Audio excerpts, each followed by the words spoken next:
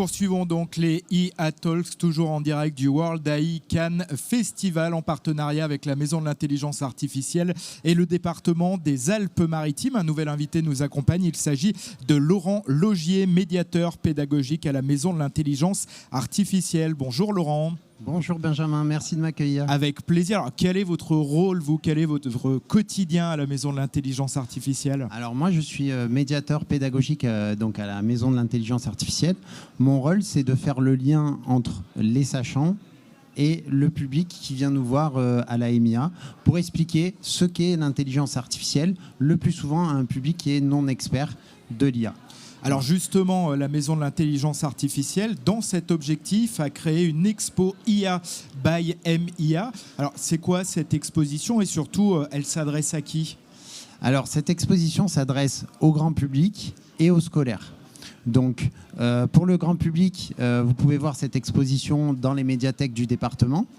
Et pour les scolaires, elle est visible dans les CDI des collèges des Alpes-Maritimes. C'est une exposition physique, ce sont des photos, des tableaux, c'est du digital? Alors, dans les médiathèques, à la fois, il y a des kakémonos et à la fois, c'est possible de les voir de façon numérique et interactive. Et dans les collèges, on a un autre format où les élèves sont amenés à jouer pour apprendre en s'amusant. Alors, on a un PowerPoint justement pour découvrir cette exposition. Quels sont les thèmes que vous abordez avec cette expo? Alors, il y a 3 thèmes qui sont très intéressants à aborder dans cette exposition. Le premier thème, c'est l'IA, c'est quoi? Forcément, c'est la première question à laquelle on a envie de répondre. C'est pas si facile que ça de définir ce qu'est l'intelligence artificielle. Le deuxième thème, c'est quels sont les impacts économiques et sociétaux de l'IA dans le monde. Et le troisième thème, c'est quelle est la différence entre l'IA qu'on peut voir dans les films de science-fiction, et l'IA qui est vraiment utilisée aujourd'hui au quotidien. Voilà. Donc, si vous voulez, on peut regarder un peu plus avec précision de quoi il s'agit. Donc, pour répondre à la première thématique, l'IA, c'est quoi ? Ben, forcément, on est allé chercher des citations de chercheurs. Et ce qu'il faut savoir, c'est que l'IA est née en 1956, donc ça ne date pas d'hier. Et on a une première définition de l'IA qui a été donnée à cette époque-là. Et à cette époque, on disait l'intelligence artificielle est définie comme la construction de programmes informatiques qui s'adonnent à des tâches qui sont, pour l'instant, accomplies de façon plus satisfaisante par des êtres humains. Voilà. Et de certains points de vue, c'est toujours vrai. D'un certain point de vue, c'est toujours vrai. Et en fait, ce qui est intéressant, c'est de voir comment la perception de l'IA évolue dans le temps. Donc c'est pour ça qu'ensuite, on montre une autre citation, celle de Yann Lequin, qu'on a eu l'honneur de recevoir hier dans ce beau festival. Et Yann Lequin, il faut savoir que c'est le pionnier français du deep learning, donc c'est pas rien. La technique a vraiment révolutionné l'intelligence artificielle.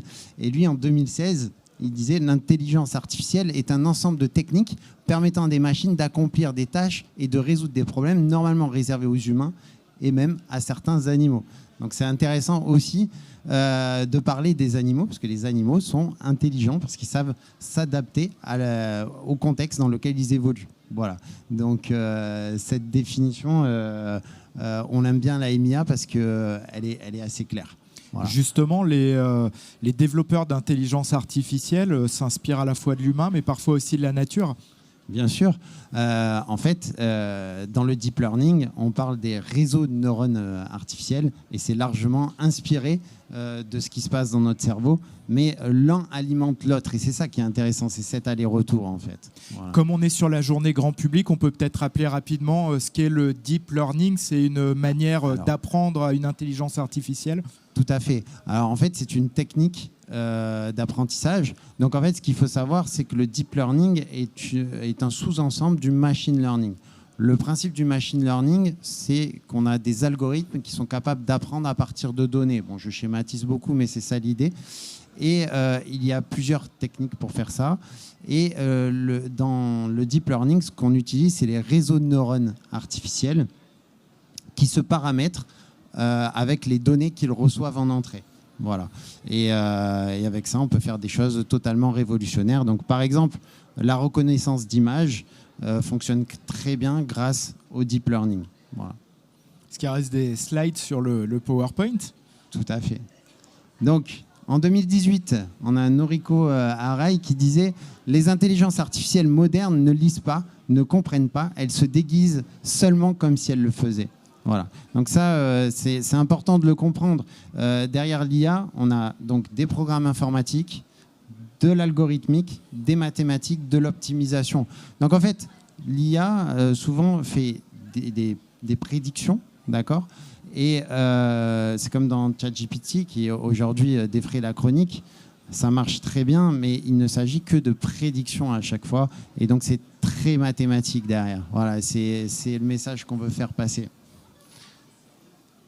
Voilà. Et puis en 2012, là, on a une définition en 3 volets. Donc là aussi, c'est intéressant de la lire. C'est l'observatoire Othesia, donc qui est un observatoire sur la Côte d'Azur qu'on a la chance d'avoir, et qui définit l'IA autour de 3 dimensions. L'IA, c'est une technique car elle décrit un ensemble de procédés. Donc évidemment, il y a des algorithmes susceptibles d'obtenir un résultat déterminé. L'IA se définit comme une machine capable de reproduire ou de simuler l'intelligence humaine. Voilà. C'est intéressant de le voir comme ça aussi. Et enfin, l'IA se définit comme un ensemble de systèmes automatisés capables de s'adapter de façon plus ou moins autonome à son environnement. Voilà pour définir l'IA. Comme vous le voyez, il n'y a pas qu'une seule définition. Donc une fois qu'on en lit plusieurs, on se fait sa propre opinion. Et puis après, pour mieux comprendre ce qu'est l'IA, l'idéal, c'est de regarder différents cas d'usage. Et pour ça, c'est bien de venir à la Maison de l'intelligence artificielle ou bien de poursuivre sur cette exposition. Voilà. Donc, la deuxième thématique, c'est les impacts sociétaux et économiques. Donc là, par exemple, c'est les impacts sur toutes les activités autour de l'IA. Et donc, vous avez les activités qui produisent des IA et les domaines qui utilisent de l'IA. Là, en fait, ce qu'on peut voir, c'est qu'il y a énormément d'activités qui produisent de l'IA. Donc là, il faut des techniques, des gens qui ont fait des études autour de ça, etc. Et ce qu'on peut voir, c'est que les domaines qui utilisent de l'IA aujourd'hui, c'est tous les domaines. Voilà.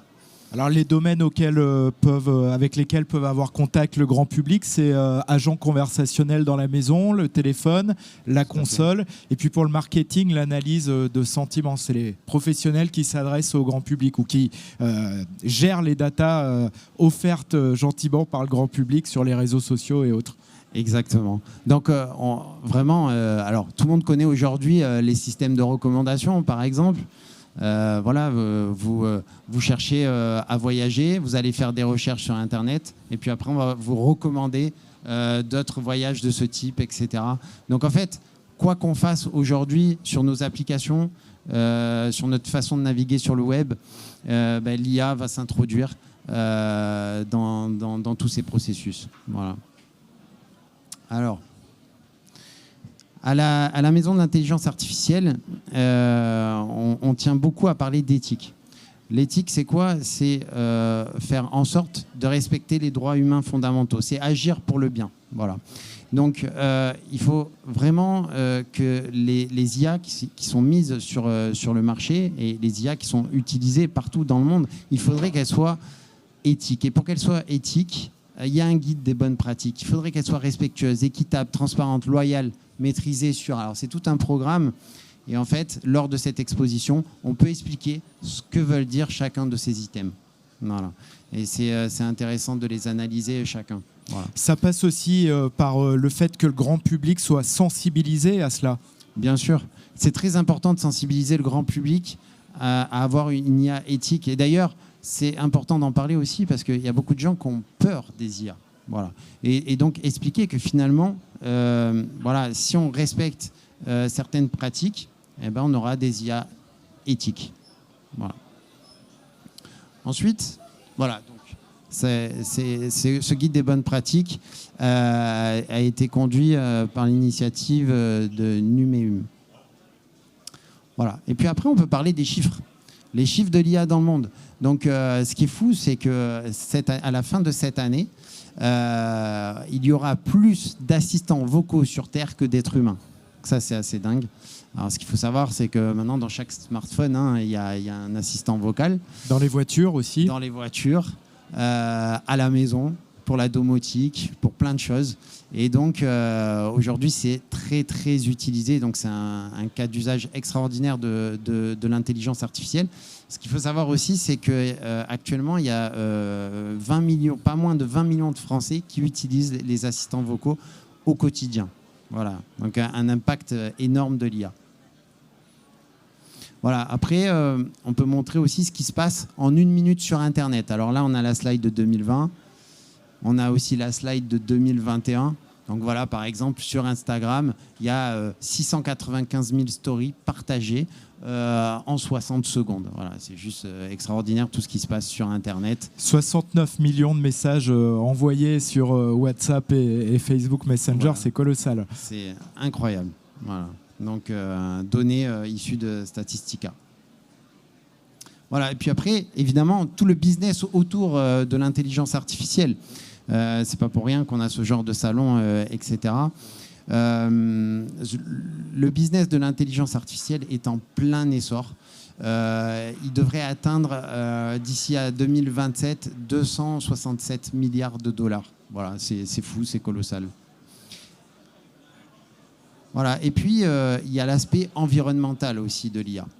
Alors, ce qu'il faut savoir, c'est que quand on entraîne un algorithme d'intelligence artificielle, ça génère une empreinte carbone assez énorme. Donc là, c'est ce qu'on est en train de montrer, c'est que l'entraînement d'un modèle d'IA génère autant d'émissions carbone que 5 voitures durant toute leur durée de vie. Voilà. C'est l'entraînement qui génère le plus de carbone? Oui, tout à fait. L'utilisation après? C'est l'entraînement. Après, dans l'utilisation, ça génère beaucoup moins. Voilà. Donc c'est vraiment l'entraînement. Donc du coup, il faut se poser les bonnes questions. Quel genre d'algorithme on a besoin d'entraîner ou pas. Voilà. Et puis, il y a l'autre facette aussi. L'IA, évidemment, peut améliorer le monde, et notamment contre le changement climatique en apportant énormément de solutions, notamment dans les smart cities, mais il y a énormément d'exemples là-dessus. Voilà. Et puis, le dernier volet, c'est l'IA dans la science-fiction. Dans la science-fiction, souvent, on a une perception qui est erronée de l'intelligence artificielle. On a soit des IA qui sont bonnes, soit souvent malveillantes. Souvent, les humains créent des robots et ces robots se retournent contre les humains et finalement, ça finit mal. Bien évidemment, dans la vie de tous les jours, ces robots n'existent pas encore.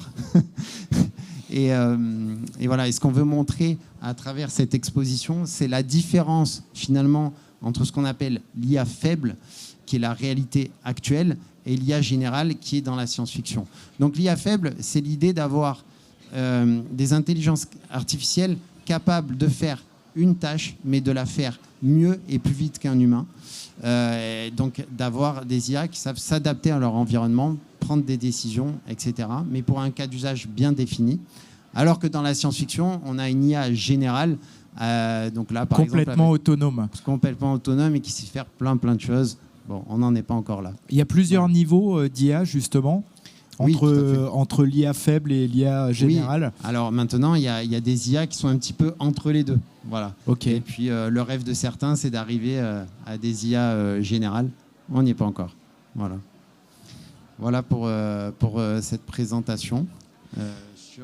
Sur l'exposition. Merci beaucoup Laurent. Alors, quelle différence de format pour cette exposition en fonction du public? Est-ce qu'elle est faite de la même manière quand vous adressez à des collégiens, ou alors lorsqu'on la voit dans une médiathèque où finalement là on peut avoir aussi bien des jeunes qui ont l'âge d'aller au collège, des tout petits ou alors des adultes? Alors tout à fait, le format n'est pas le même. Au collège, en fait, ce qu'on a mis en place, c'est qu'il y a des enseignants qui vont amener leur classe au CDI. D'accord ? Donc la classe est accueillie par le professeur documentaliste. Et là, c'est toute une animation qui est mise en place pendant l'heure de cours. D'accord ? Donc la classe est divisée en 2 groupes et chaque groupe va participer à des challenges. Donc en fait, on va mettre les élèves en action. Et donc, ils vont essayer de relever des challenges en s'amusant et ils vont apprendre en s'amusant. Et c'est vraiment ça qui est intéressant. Et cette idée-là, elle est venue non pas que des agents de la EMIA, elle est aussi venue dans la conception, parce que cette exposition, on l'a conçue avec des élèves, avec une professeure documentaliste, avec un autre professeur de mathématiques, et tout ça a généré ces belles idées. Il faut savoir aussi que cette exposition entre dans le cadre du projet Arc-en-Ciel, qui a pour but de sensibiliser 75% des collégiens et des collégiennes à l'intelligence artificielle. Donc c'est vraiment un volet actif et pour sensibiliser. Voilà. Merci beaucoup Laurent Logier, médiateur pédagogique de la Maison de l'Intelligence Artificielle. Merci Laurent. Merci à vous. Et on se retrouvera évidemment dans une prochaine vidéo, cette fois-ci avec le Conseil départemental des jeunes et de l'IA, toujours en direct depuis le World AI Cannes Festival.